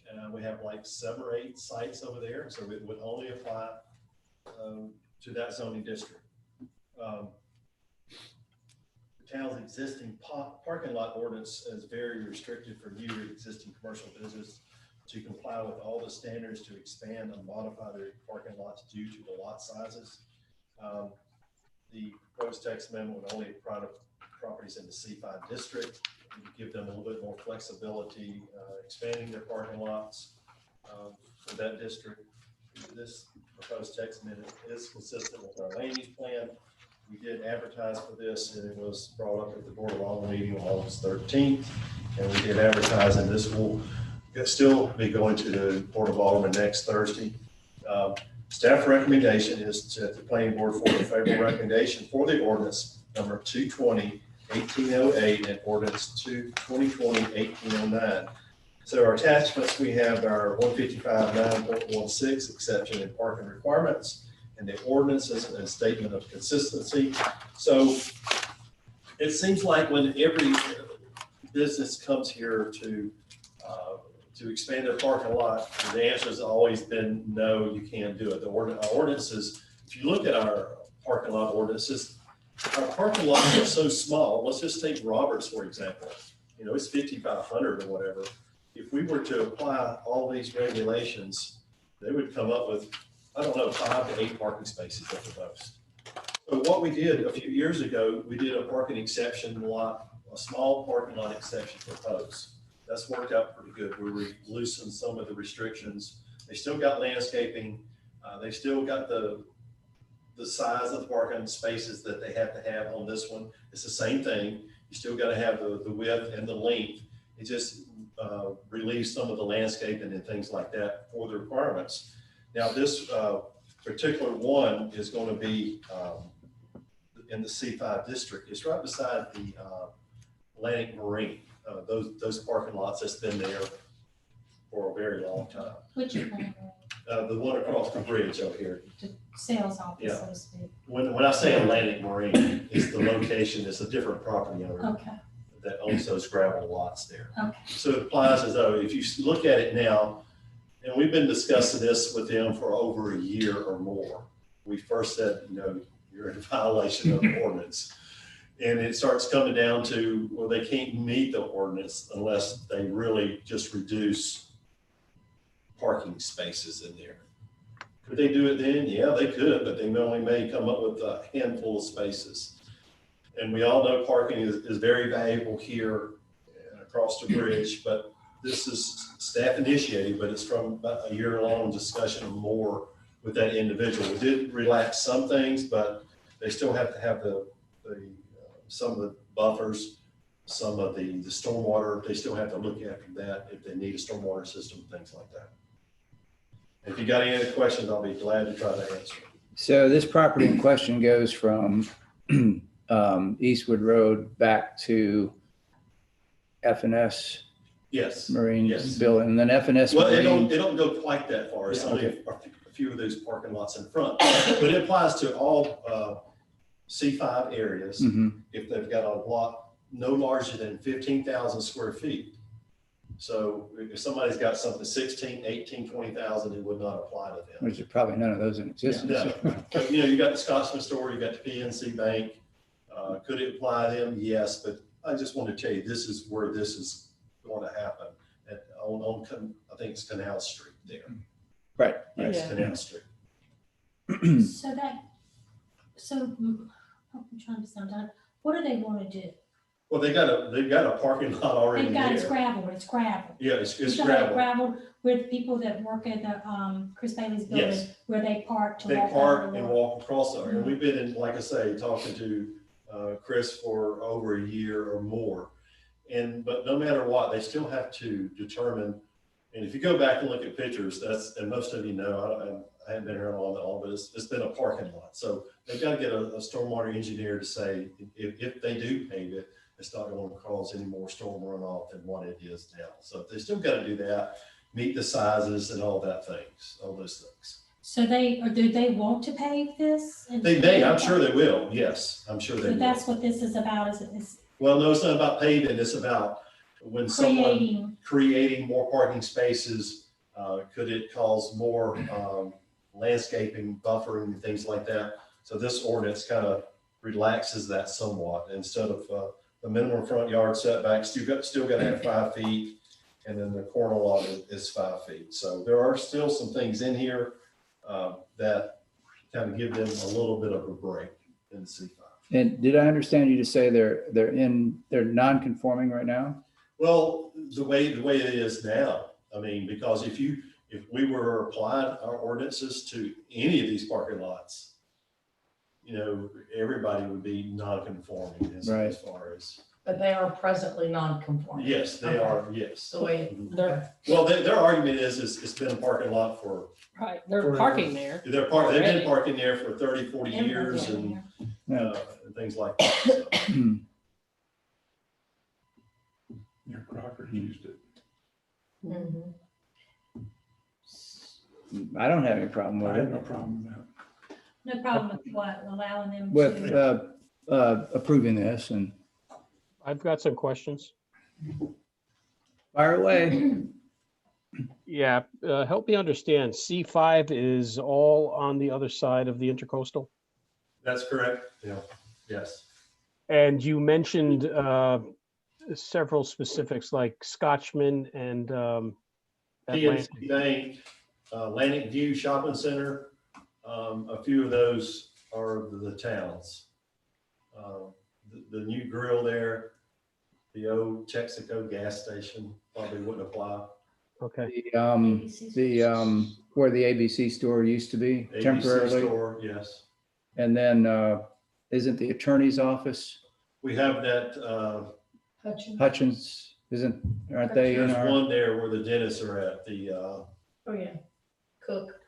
Just sales. Yeah. what would what I would find helpful in the future, Tony, is that kind of list or laid out as to what does this really apply to? Because when I hear the word Scotchman and then I hear the word Atlantic Marine, and I Google map it and I'm looking at, I mean, they're just like worlds apart as to what they actually are. So I'm curious as to, you know, if you lose a parking space because you have to put a tree in, and maybe I'm overemphasizing it, but I don't see how this applies equitably across such drastically different spaces. Can you help me understand Well, what this leads to? I agree with what you're saying. Staff did not, I didn't give you a list of properties that were larger than 15,000 square feet. So that's staff, my fault for doing that. So I apologize for that, but I don't know how many would be there that this would relate to. I don't have that in front of you, no.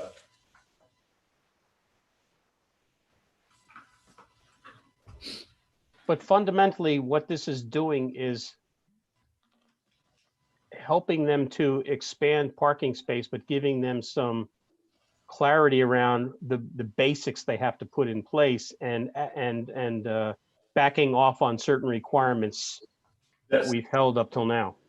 That's true, but remember, we made some parking lot exceptions in our C2 or C3 area a few years ago for Pose, and it applies for anything in the C3 district. So Pose parking lot had a small parking lot exception with a text amendment also.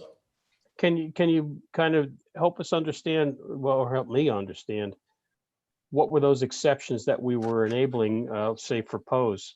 Some of them were buffer requirements. Some of them were, I think we allowed for maybe some of the egress was a little bit narrow and things like that because they couldn't meet it. And I think, like I say, the width stayed the same, the length stayed the same, so we didn't ease up on that. But some of the buffer requirements probably were eased up on. So it seems to me that when we're talking about, you know, egress from a parking lot, there's a big difference between pulling onto Old Causeway versus pulling onto Wrightsville Ave or Eastwood. Yeah, but that's I agree, but that's Canal Street where these are at. And I agree with you. Yeah. There is a big difference. Yes, I agree. So is anything in this request that we're looking at, does it apply to egress onto Wrightsville or to Eastwood? Would it? Their egress would be from, everything would be Canal Street. We would not be on Eastwood there. It'd be Well, on, are we just talking about Atlantic Marine here, or I mean, if you talk about South Scotchman? yeah, it's not really Atlantic Marine that I'm telling you about. It's the Bailey parking lot, but it could apply to other properties, which I don't have a list of the other ones that this Okay. could apply to. I guess I'm just flagging the concern that, yeah, it becomes you know, any kind of limited things that limit egress, or, you know, anything that creates a safety issue. I mean, you know, we know we've had fatalities on Wrightsville Ave over the years, Yeah, and unfortunately. like I say, this is an existing parking lot, and a lot of times if they have, if they do driveway cuts, especially on Wrightsville Avenue or Eastwood, they would have to have DOT approval for Exactly. anything like that. So Okay. if it would front those, it would have to go through DOT for approval. Okay. And I think even Canal Street would be Wilmington MPO. I think Canal is Wilmington, yes. Yeah. Nice light to go out. Pardon me? That gives them the light to go out I into still the don't canal. understand So what Right. this is. So any driveway permit would have to be approved by They're either. just trying to be compliant. Yeah, I think what this is trying to do is make them in compliance with an ordinance. They had to do some text amendments, just like other individuals do. And just like we did for Pose. So staff is bringing these, this is staff initiated, so staff is bringing this forward. For, a good taxpayer. sorry, the department there.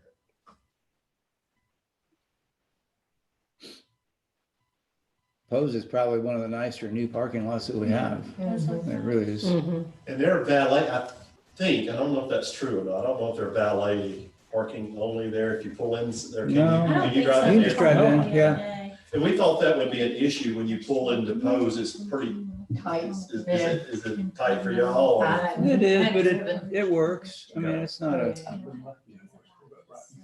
Me too.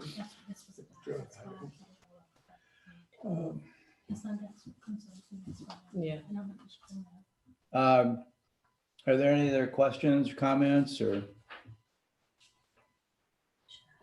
further So I discussion? guess just to make a concluding kind of thought here, that basically what this is doing is enabling increased parking capacity in a proper way, with safety and maybe some mitigation of the aesthetic aspects of things. Is that a fair statement? That would be a fair statement, yes, sir. Okay, thank you. And with that said, in order for them to do that, they're going to have to do things like you were saying, drainage. They'll have to provide us with a letter from a stormwater engineer saying that their parking lot is fine, or it drains into some other drain, so. And then they can turn it into a parking lot, a legitimate parking lot, either gravel or paved, or does it? Gravel paved, the town manager approves, I think, the surface, so he can approve the surface, but they still have to give us something from an engineer for stormwater purposes there. And actually, Leanne, we learned when we did Robert's parking lot, they don't look at gravel or pavement that's both impervious. They're gonna tell you if you got a gravel lot or a packed dirt lot, it's the same thing, is what an engineer's gonna tell you. I've Yeah. been told that a Well, lot. it's stormwater, state stormwater, that's the way to look at it. The clay ball field is impervious. Yeah. Doesn't make any sense, but it is. No, I get it. If you lived in Georgia, clay is impervious. So, Oy. so do we have, anybody want to make a motion? I'll make a motion that we approve the ordinances, the text amendment is written. Is there a second? I'll second it. Okay, so Robert, we have a motion from Cheryl and a second from David. Any further discussion? So we got two of them already voting on. Oh. We got ordinance number 2020-1808 and 2020-1809. So if you want to do both of those, you could at the same time. You want to amend your motion? I'll amend my motion to approve ordinance 2020-1808 and 2020-1809. Do you want to second that? I'll second that. All right, so Cheryl amended and David seconded. Any further discussion? All in favor, say aye. Aye. We'll do a roll call vote. Leanne? Can you start the other one? Then I do what? Okay, we have to vote right this second. I'm concerned because, I don't know if I'm supposed to bring this up or what. I was approached when I was first put on the planning board, when I was first appointed to the planning board in a restaurant. And I had not told anybody I was on the planning board whatsoever. And I was out to dinner and it came up and someone approached me about this parking lot and threw their arm around me and was like, we got to be best friends. And that's why I asked y'all at the very beginning, don't if you remember this, Tony. Yeah, if you don't I have came any, to you. and for the minutes, you brought it up in the minutes, but if you don't have any financial gain out of this, Yeah. I don't think you have any issues. And with, for the Because record, I was wondering, why did this gentleman come up to me that night and make such a big deal? And then I realized then the who it parking lot was, came okay. up. And then now all of a sudden, here it is. So I had some concern that if it was, do you see what I'm saying? I see what you're You can saying. abstain, not vote. Okay, then I abstain. Okay, so Leanne's going to abstain and understood, we understand that. Karen?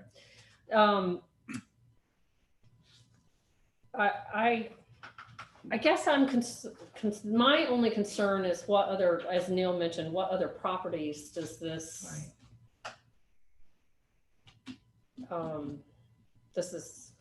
would this be an ordinance for? I guess I'm just, I know it's the C district, but, C5, yeah. or C5, yeah, C5. What I can do, and I know it's not good for tonight, Karen. No, yeah, What I can do before the Board of Aldermen, we'll have something together, say this, because it's probably gonna be brought up there too.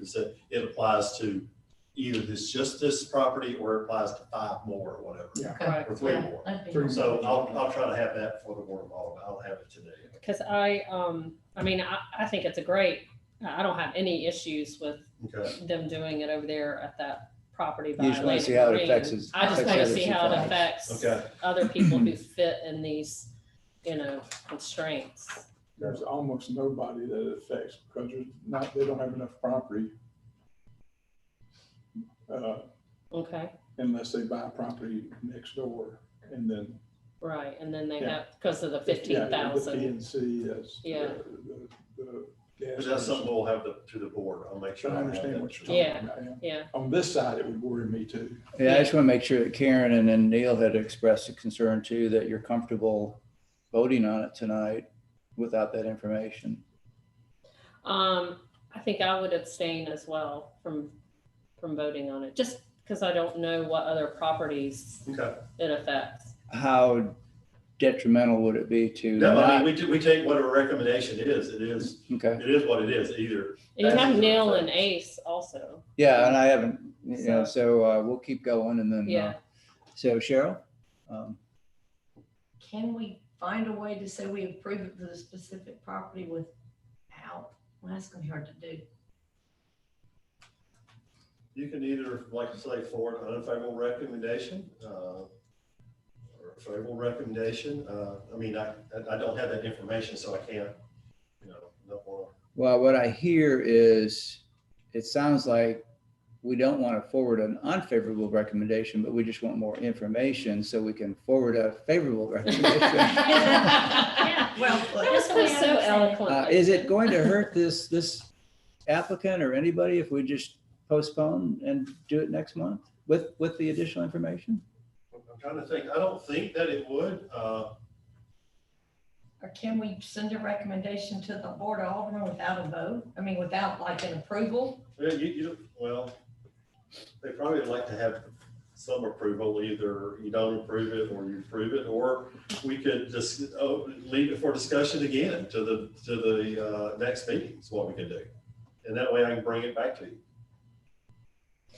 I mean, if they want it before, then could you, I don't know how it all works. Like, could you like email us the list and then no? I don't think we can do that, but. So Okay. what we could do is, we'll open and continue this. Mhm. Yeah, I think what we do need to do though, Robert's Rule of Orders, we do have to vote because David did a motion and a second. So we could continue to vote.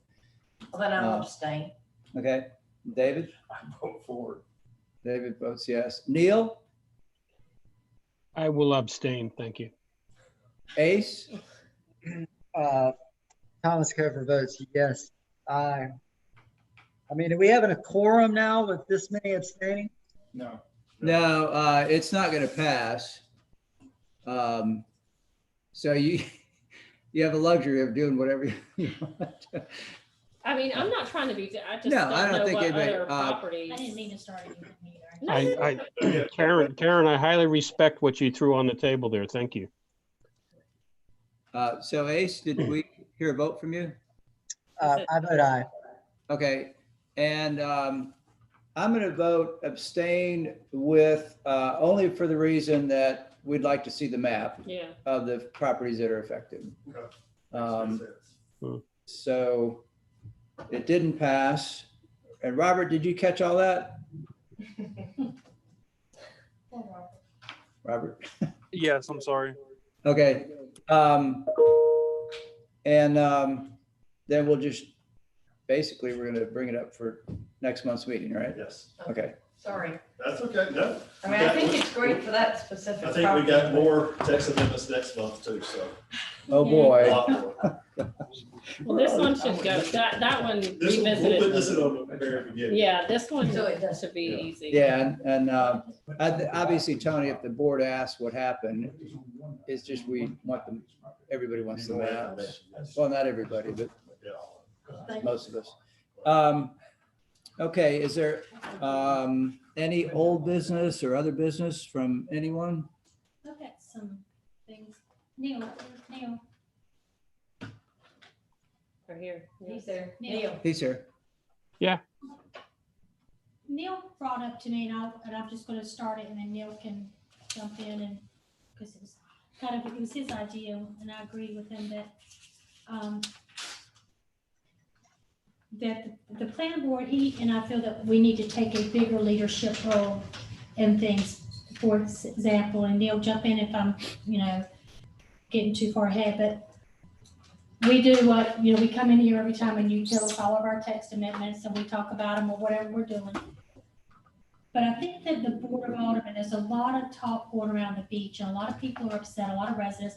You guys, we've talked about, the boats too close and speeding and noise, and be it parking or the laws not being abided by, whatever.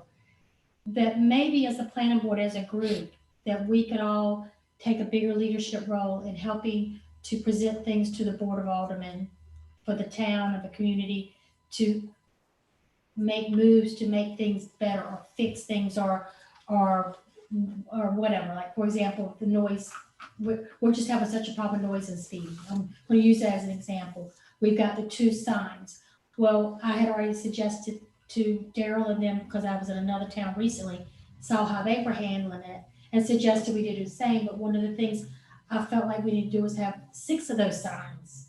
Not just, I watched the guys moving them today, they keep moving them. Can we get 6?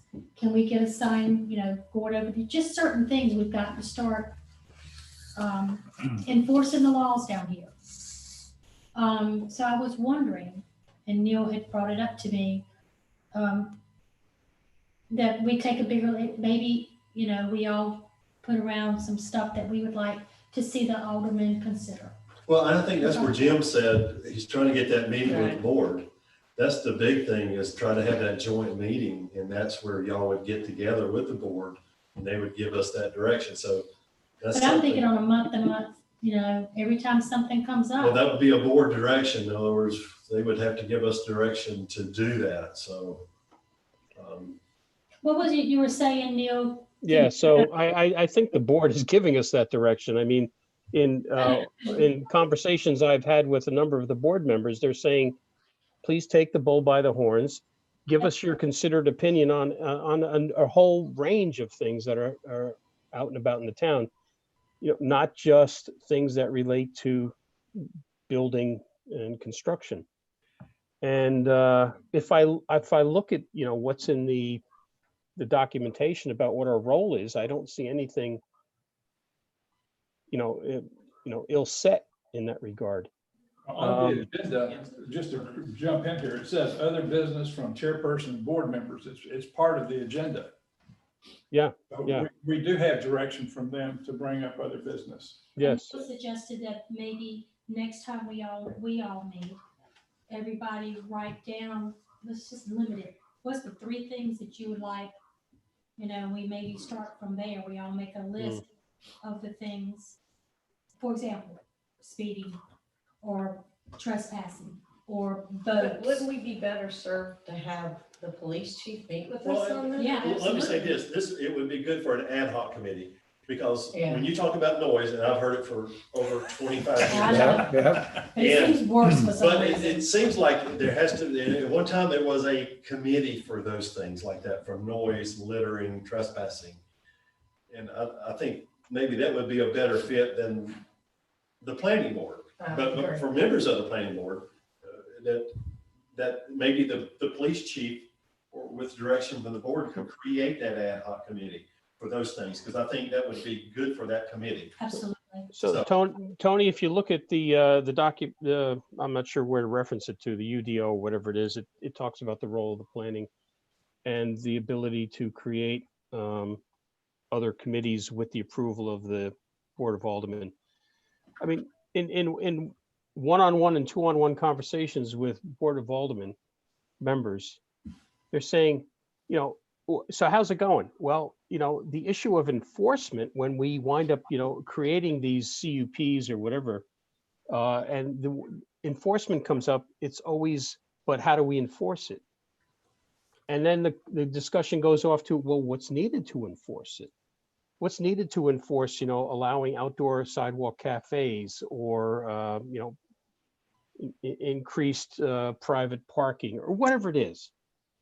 And they say, well, look into enforcement. Well, there's a big bandwidth to looking at enforcement. Yeah, and so I started to map. Go ahead. Sorry. Let me talk to you about the sidewalk cafes. I was down here about 2 Saturday nights ago in that area. And I said, you know, I told my wife, I said, I just kind of want to walk through. I couldn't walk past Shark Bars. Their tables were okay. It was a young lady in the middle, standing in the middle there with individuals. So, I mean, they're blocking the sidewalk. Mm-hmm. So, okay. So what as an enforcement agent do, you know, if I were to say, okay, you need to move this or send them a letter, then we're considered not business friendly. I mean, I understand. I absolutely understand there's conflicting signals throughout the system here. But I can tell you that in my conversations, I'm being driven towards, you know, we need to be tougher and set the ground rules and also use enforcement as a means to, you know, create an environment that isn't business unfriendly, just says we mean what we say. Yeah. You don't just come to a planning board and onto a board of aldermen, get a check mark and do what you want to do thereafter. And I'm not accusing, Tony, you in any particular way of the you know, lack of enforcement, because you've said, hey, it's complaint driven, but there's only one Tony at the end of the day, or one Shannon. So, you know, we're looking for to devise, you know, a better understanding of what's really happening that needs to be better enforced. I'm not assuming everything needs better enforced. I think those things, as far as CUPs, that could happen here. I mean, that could happen with the planning board, because that's us, me, and Robert, and Shannon, and things like that. So those things like that, I think, yeah, could be brought up here to look at those things. So, yeah, I think those, but I think noise and anything police matter, maybe an ad hoc committee. Because the police chief would need to be really involved. And he just went out, I don't know if y'all saw it or who follows Wrightsville Beach on Facebook. He put out a statement, like a letter yesterday, that he wants to know, he wants to put together a type of session, or I don't know how he worded it. And he asked for people to send, he gave his email address, asked for people to let them know their concerns, and so on and so forth. I think an ad hoc that he's part of. Yeah. Because what I'm looking for this new chief is he needs to be accessible. I want to see, and I've heard good things about him out and about, but we, you know, I stressed to someone today, we've got to start enforcing our laws down here, and we've got to start giving tickets, and we've got to start talking to these, and someone said, well, I've talked to these kids. We got habitual people. One kid in particular has gotten 3 tickets since the 21st of August, $1,000 worth of tickets. This young 16-year-old boy got one right in front of my house. You know what he does? He gets on Snapchat, brags about it. So when are we going to do something? So I think the ad hoc thing is a great idea. Yep. And have somebody on it that will reach out to others and say, what would you like to see? But I think that's part of the plan. I think we should take a little stronger. Yeah. I think Robert has a comment here. Yeah, since this is new business and whatnot, this segues into what you guys are talking about right now. The Cape Fear Council of Governments offers annual training for all of its municipal members, which Wrightsville Beach is a member of. They offer annual training for planning boards. And I think that would be, I want to bring it up here because not everybody checks their emails, or it might just get filed in the O file. But I would love for some availability. and I can get up with Wes at the COG and set up training, and that would help the board, this board, and all of the members understand your power and capacity granted by state statute, and spell out what the ordinance actually means for what you can do for the town. I think that's a great opportunity, and we're a member, so we get that training free every year. So, well, it's not free, but you know what I mean. Yeah. We pay our membership. Right. Yeah. Will that be like a certain day or? Yes, they would come. I'll try to set it up as so that there could be a virtual aspect to it. If you didn't want to show up, I'm sure they wouldn't have a problem with it. We're all having training issues because we have to do continued training as administrators, and it's very challenging right now because nobody wants to have a convention where we get a lot of our training from. So I'm sure that we can make that happen. I just need availability, and the sooner that you can contact me with any sort of availability or preference of time, I can set it up with the COG, and we can do that, and everybody will be more comfortable in the role. So That's something that's scheduled on an individual basis, or is it a group? no, it's for the entire board. That's why it's sort of challenging to get 7 people together at one time during a work day, or maybe even an evening. So it's not an individual basis. It would be sort of like a class kind of. How long would that class be? I'm assuming it would be about an hour to 2 hours. So- I've seen the PowerPoint. It's not very extensive, but Wes is there to answer questions and present, what the role of planning boards are. So if y'all would quit sending us text amendments, we might be able to do it at one of our meetings. Well, until we have the kind of land development code that Wilmington has, we'll continue to get lots and lots of text amendments. Well, I'm working on Wilmington stuff too, and it's not pretty, so. Oh, I know. I worked on it. Tony, So Who would be Well, bring the that board to? would have The board to, would pick that. the board would have to be the ones Okay. who put those people on there. Yeah. Board on. Board of Aldermen. Right. Is there anything that we can do that would make your enforcement of a lot of this stuff No, I think easier? that it's the same thing. It's just like me being down there at the right time and I could not get through there. Or it's just like. How do you handle that? I mean, I've seen the same Well, thing. if we could back up on that one. Yeah.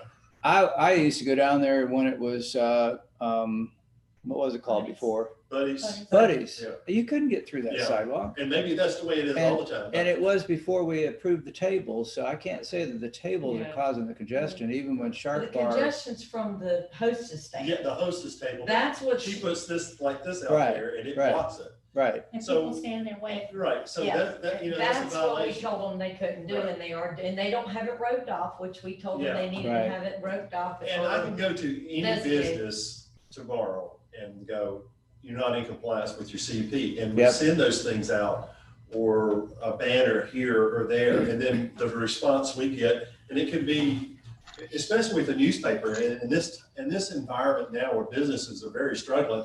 I have an issue sometimes of, they're trying to do everything in and make it. When we send an email and say, hey, you're in violation of this, and they respond back, well, thank you for helping the businesses in Whitesville Beach.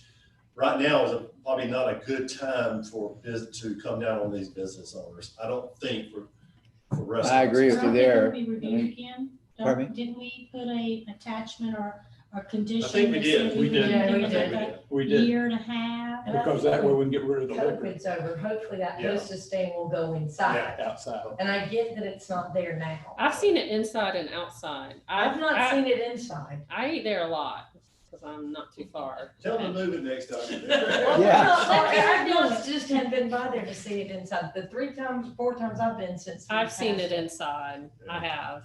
Did And it rain? I don't know if it was raining. That's a good question, probably. They But, put the umbrella out. yeah, sorry. exactly. Okay, so to Leanne's suggestion and request, I think we all each individually ought to email the alderman with this discussion and say, hey, first of all, we really need to get this joint meeting. to get things rolling. I love Robert's suggestion. If he can put that together, if everybody's available, I think that would be great. So we can understand, you know, what our powers and authorities are, which I don't think it's much other than what we're doing now. But then, yeah, ask the Board of Aldermen to form these ad hoc committees. I don't mind taking a little bit of the lead on that because I would love to be on that. That would be great. I mean, if you I could, would. but I need to, you know, I talked to Ken today and he was in a hurry and he's on vacation, so I didn't want to bother him too much, but I did not bring up the joint meeting and I didn't bring it up with Daryl yesterday because he was in a hurry and so I'm guilty. So we need to push him to do this joint meeting. And about scheduling, what do we just say, like a Tuesday night at this time? In the morning. Just give me a I mean, I'd best be game, date, but I don't know. like a what best it is. day, best time, like I'm pretty much free Wednesday evenings, like me personally, for example, like I know I don't have much going on. My then. evenings Wednesdays are are tough for me. Yeah. Mondays are better for me. Oh, no, I mean, if Tony needs me here for anything, I'm gonna be here. I wasn't saying, I was just giving an example. Could it be possibly, if everybody, like the next, not the next time, whatever we meet, like an hour and a half earlier, like 4 o'clock? We can probably arrange that. I'll That get some would be more good. But would you details. be off work? We usually get off at 3:30, 4. Well, let's do this. Let's let Robert send a survey out. Yeah. And I'll respond back to There you him. go. Yeah. And Okay. we'll figure it This out. week. Okay. Because our next meeting could, you know, it could be a long meeting with some other things we may have coming up. I prefer to be a different I get day, just so it hungry. doesn't Yeah, get so especially if long. they're being a little. Well, So Robert will we'll send have out a bringing food. survey to y'all. Send us We've done dates. that before. Mhm. I mean, Okay. Did anyone have anything else? Is there a motion to adjourn? Motion to adjourn? Second. All in favor, say aye. Aye. Aye. Hi. Thank you. Thanks, everybody. Thanks, Ace. See you guys. Thank you.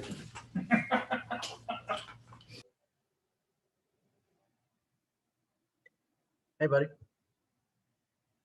Hey, man, what's happening?